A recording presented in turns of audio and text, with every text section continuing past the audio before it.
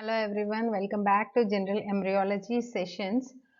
Today's topic is on neurulation and neural crest cells, which is a part of development during third week of gestation.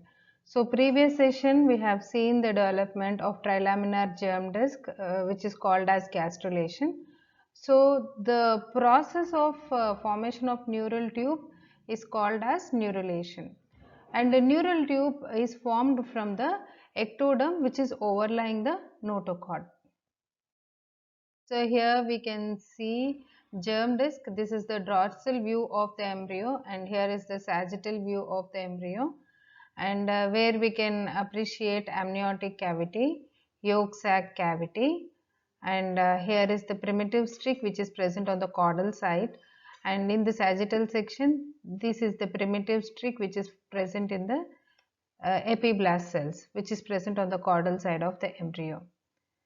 And neuroectoderm is present in the midline. The middle part of the ectoderm on the dorsal side is called as neuroectoderm. So this is the middle part where the ectodermal cells, epiblast cells, the remnants which forms the definitive ectoderm, that forms neuroectoderm in the center, and on either side laterally it is formed by surface ectoderm. So laterally we have got surface ectoderm on each side. Then we see the development of notochord, which we saw in the previous session also. So from the primitive pit of the primitive node, we see the development of notochord, which is present in the midline and which gives bilateral and craniocaudal access to the embryo. So the notochord extends till the buccopharyngeal membrane. So the buccopharyngeal membrane is here, which is called as procaudal plate. In sagittal section, this is the buccopharyngeal membrane, where it is formed by just a ecto and endoderm without intervening mesoderm. So we saw in the previous week the gastrulation, which is the process of formation of three germ layers, that is ecto, meso and endoderm, and together forming trilaminar germ disc, which occurs during third week of gestation. And ectoderm is further differentiated into two parts, that is the surface ectoderm and neuroectoderm. The surface ectoderms are present in the periphery on the dorsal side. So surface ectoderm forms the epidermis, skin, nails and iris, and the neuroectoderm forms the neural tube. And the neurulation begins during the third week of development as the primitive streak regresses. So we see the primitive streak which is present here, it regresses, and as it regresses we see the development of neural tube. And the neural tube it develops in the axial line just above to the notochord.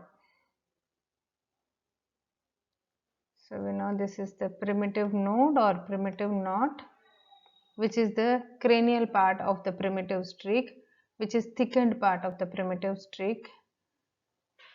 And now we know the notochord, which develops in the axial line of the embryo between the buccopharyngeal. Anteriorly or cranially it extends till the buccopharyngeal membrane, caudally it extends till the cloacal membrane. So cloacal membrane is here. This is the cloacal membrane. So procaudal plate is this one, where buccopharyngeal membrane is present. So here is, this is the procaudal plate in sagittal section.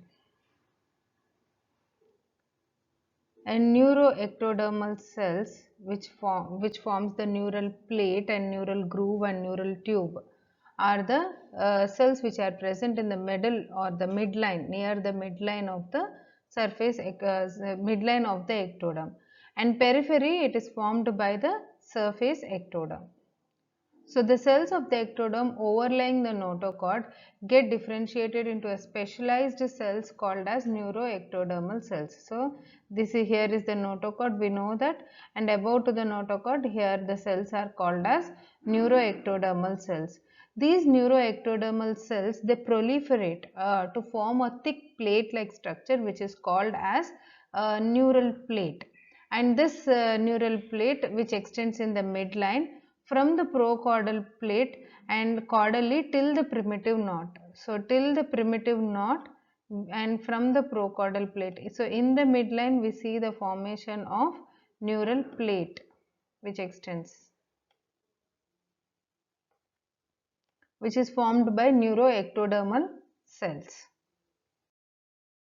So let us understand the formation of neural tube from neural groove. So before forming neural tube, first neural groove and neural plate has to form.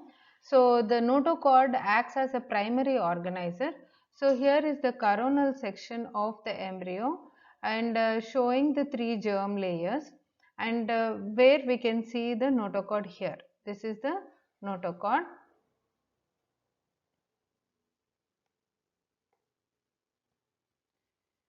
Here is the notochord, and in coronal section this is the notochord, and we can see the 3 germ layers. The blue colored cells are the ectodermal cells.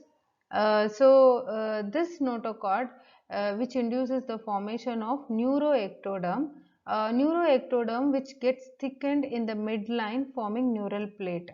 So the midline cells which are present here, the cells above to the notochord, this is the notochord. So above the notochord, the cells which are present here, they get thickened to form neural plate. These cells are called as neuroectodermal cells.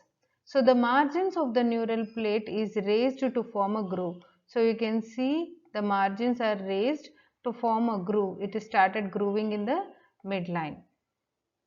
So here is the neural groove which gets deepened later on. We can see here, and we can see the amniotic cavity which is partially shown, yolk sac cavity, and here we know already this is the neural plate which is forming here, and which is derived from the neuroectoderm, and we can also see the intraembryonic mesoderm in both the images. So this is the beginning part, this image, and here later on forming the neural groove. So in this image we can see the neural plate formation, and here in the second image we can see the neural groove formation. So the margins of the neural plate, they get raised to form neural groove, and neural folds gradually approximate with each other. We can see they start approximating with each other, these folds, and they completely approximate to form a neural tube.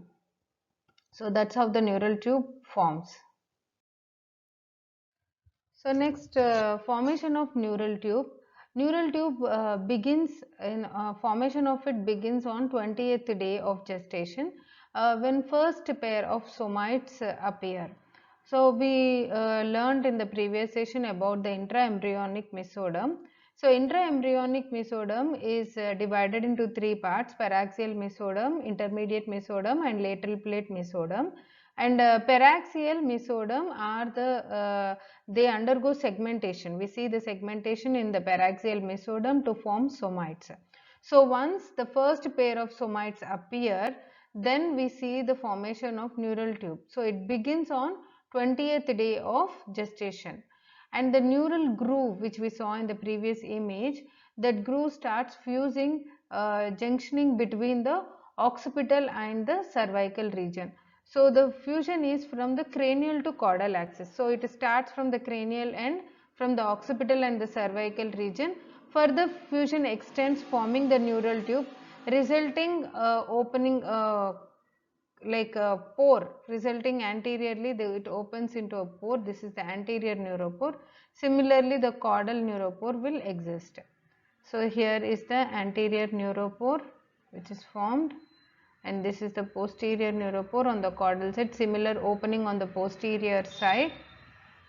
And we can see when the neural tube is forming, the groove is getting approximated to form the neural tube.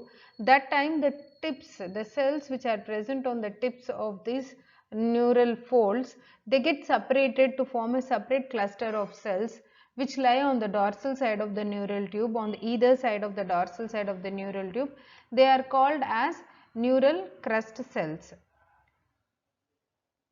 So that is about neural crest cells. So further formation of neural tube resulting in 2 openings. We know that the cranial is called as anterior neuropore, and caudal one is called as posterior neuropore.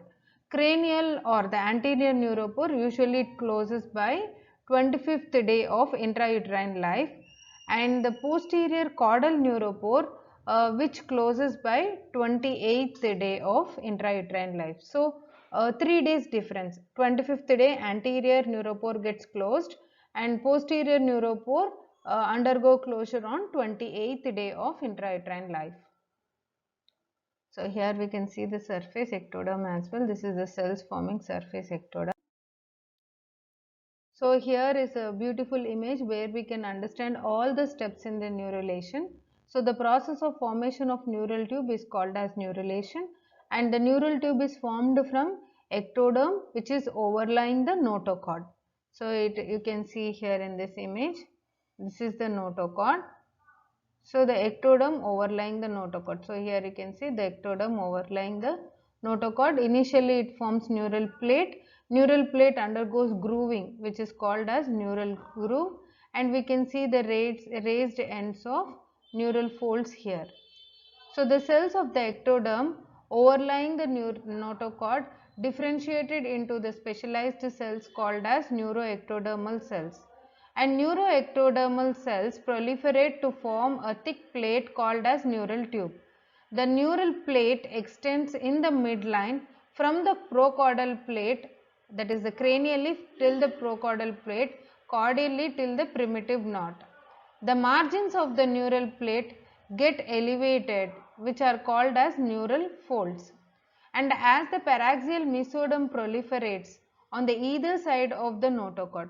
So we can see here this blue one is the intraembryonic mesoderm, and this part is the paraxial mesoderm which forms the segmentations to form somites, and the lateral part this would be the intermediate mesoderm, and most laterally is the lateral plate mesoderm. Those are the parts of intraembryonic mesoderm.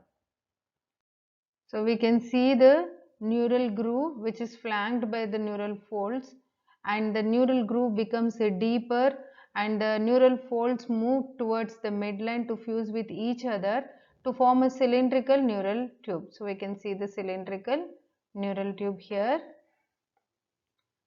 and the fusion of the neural folds leads to the formation of anterior and posterior the neuropores, and the closure of the neural tube begins in the midline actually, and gradually extends in the cephalic and caudal directions. So during the closure, the neural groove, the cells that are present in the tips of the neural folds, which are called as neural crest cells, they do not take part in the formation of neural tube. So when the surface ectoderm is restored by forming a bilateral mass of dorsolateral to the neural tube deep to the surface ectoderm, the cranial part of the neural tube enlarges and it forms a brain. So cranial part later it gets enlarged. So here in this image we can appreciate the paraxial mesoderm which are present. So once the segments starts in the occipital region appearance, we see the fusion of the neural groove into a complete tube-like structure. So initially it extends towards the cranially and then towards the caudal side, and here is the anterior neuropore and this is the posterior neuropore. We know anterior neuropore closes by 25th day of gestation, posterior neuropore 3 days later on 28th day of gestation. And initially we saw this neural plate notochord is the primary organizer, and later we saw the tips of the cells, they get cluster of cells which get separated to form neural crest cells. So these things I hope I am clear now. So the cranial part of the neural tube, now it get enlarged. After forming the tube, the cranial part it forms brain vesicles, they get enlarged to form vesicles to form future brain.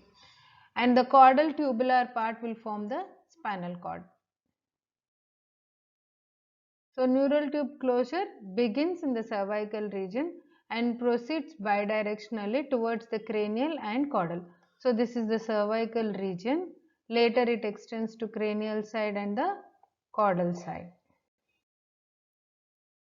Suppose if the neuropores fails to close, what happens? Okay. So here is a condition called as anencephaly, where the anterior neuropore fails to close. If the posterior neuropore fails to close, it results in a condition called as spina bifida. So these developmental anomalies, they are characterized by defective closure of vertebral arch on the caudal side associated with the maternal folic acid deficiency. So if there is any folic acid deficiency during pregnancy, it results in neural tube defects, especially in the first trimester, because we see the formation of neural tube on 3rd week of development itself. So during that time, if there is decreased folic acid or reduced folic acid, it results in neural tube defects. And alpha fetoprotein is found in the amniotic fluid of maternal serum when there is any neural tube defects. So it is an indicator of neural tube defects. Example, anencephaly, which you are seeing here in this image, and also the spina bifida.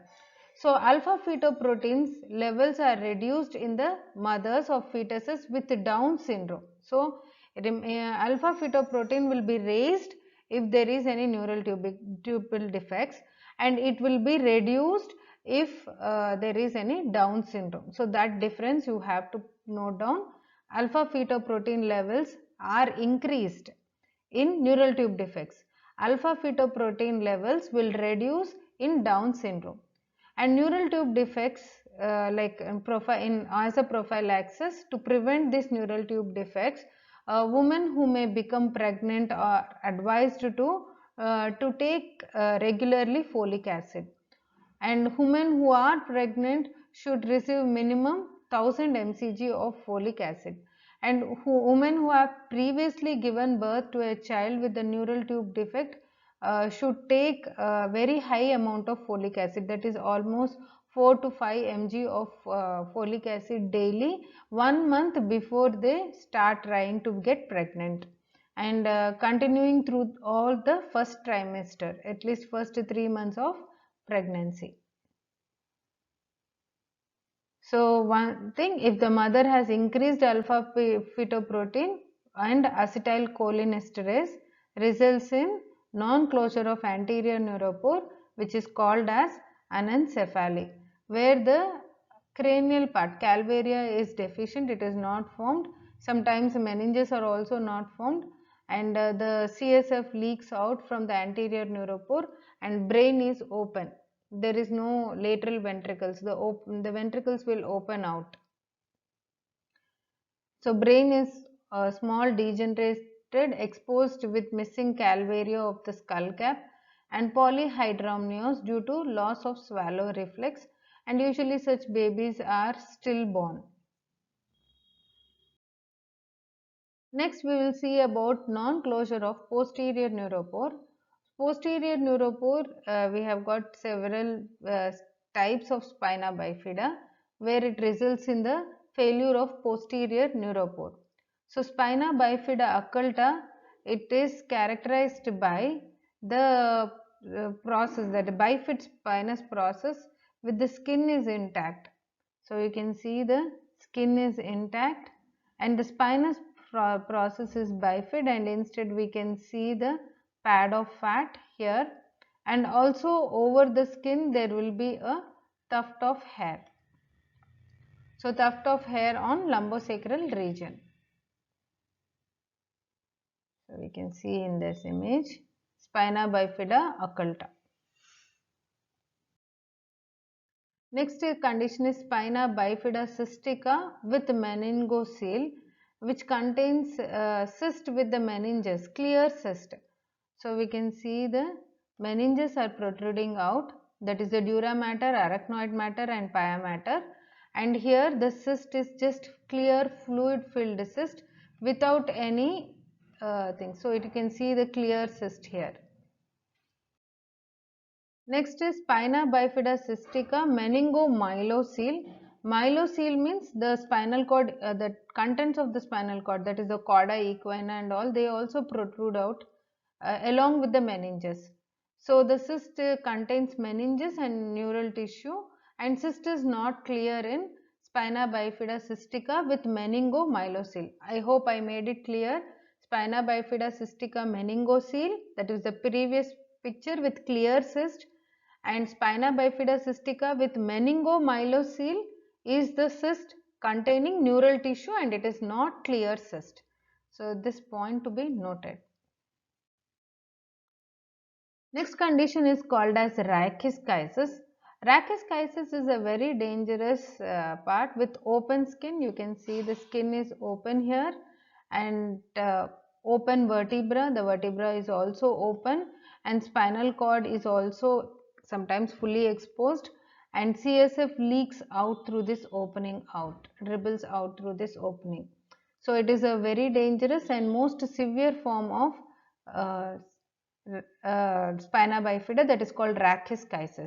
So very dangerous with the open skin, open vertebra, spinal cord is exposed with CSF leaking, and craniorachis. This is one more condition where the anterior neuropore and posterior neuropore, if both neuropores fails to close, it results in a condition called as anencephaly with rachis, which is called together craniorachis.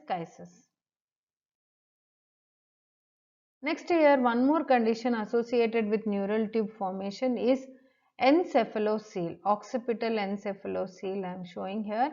It occurs due to a small defects in the skull through which the meninges and or the brain tissue herniate. So depending upon the severity, the encephalocele is again divided into meningocele where it is a clear cyst, meningoencephalocele, the cyst contains meninges and neural tissue as well, and meningohydroencephalocele along with the meninges and the neural tissue, even CSF is also present. So these are the three forms of encephalocele. So they are the small defects in the skull through which the meninges or the brain tissue herniate. So depending upon the severity, the encephalocele is divided into three types: meningocele, meningoencephalocele, meningohydroencephalocele. So here we can see the meningoencephalocele. I hope you can understand, because the neural tissue is protruded out along with the meninges. So this is meningoencephalocele. And here we can say it is hydroencephalocele, because the CSF from the ventricles is poured into this. So it is meningohydroencephalocele.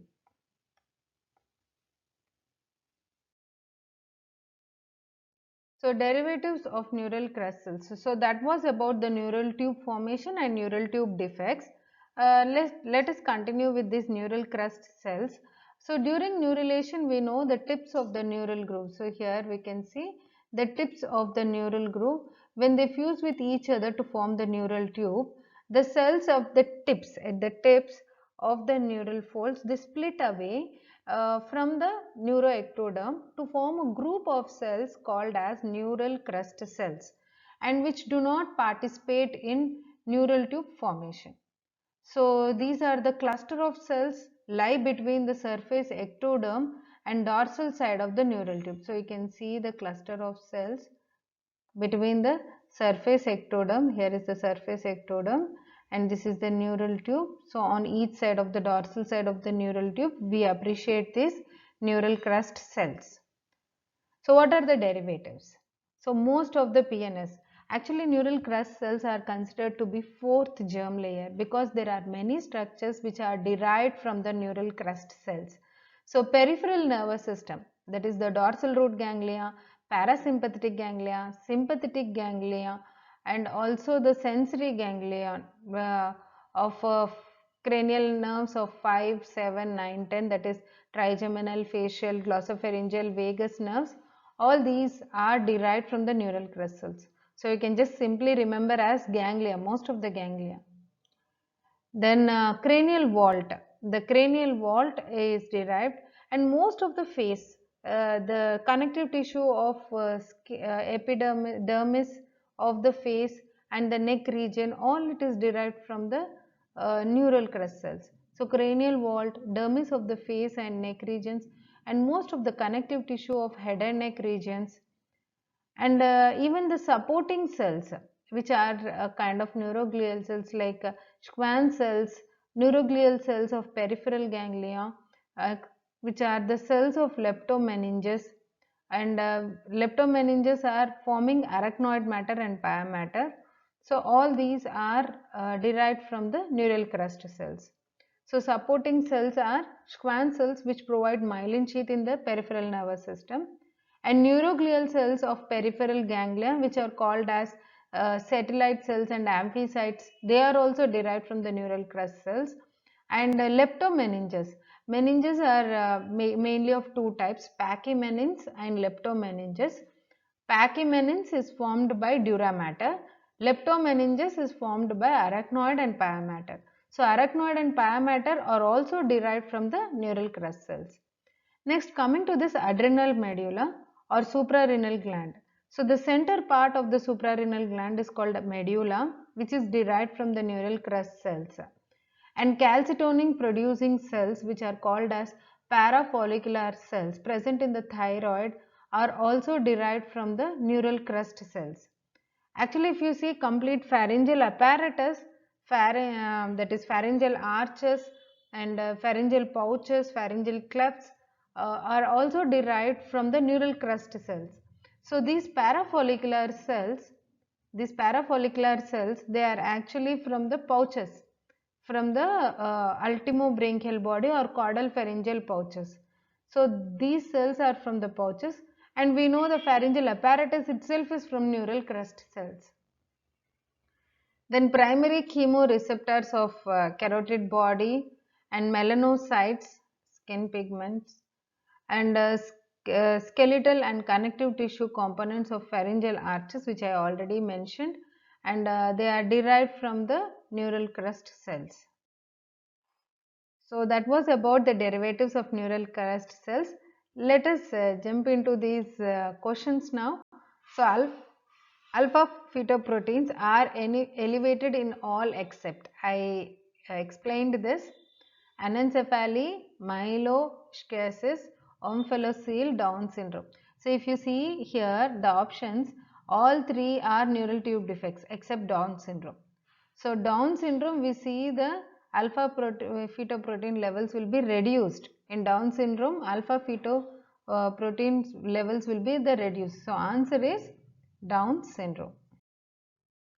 Next, mesodermal in origin. This I have not explained, but we know that neural tube, neural crest cells are all from the ectoderm, which are from the neuroectoderm, except one type of cells in the nervous system, which are the microglial cells. So microglial cells are formed during hematopoiesis, that is a formation of blood. So some of the stem cells differentiates into monocytes and they travel from the bone marrow to the brain, and where they settle and further differentiate into microglia. So microglia are derived from the microglia, which are derived from the mesoderm.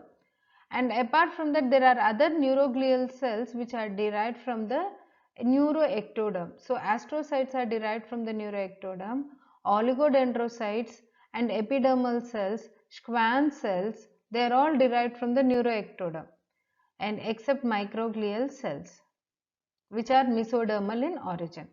So with this we complete the development of neural tube defects, neural crest derivatives. I hope you understood this topic. Thank you.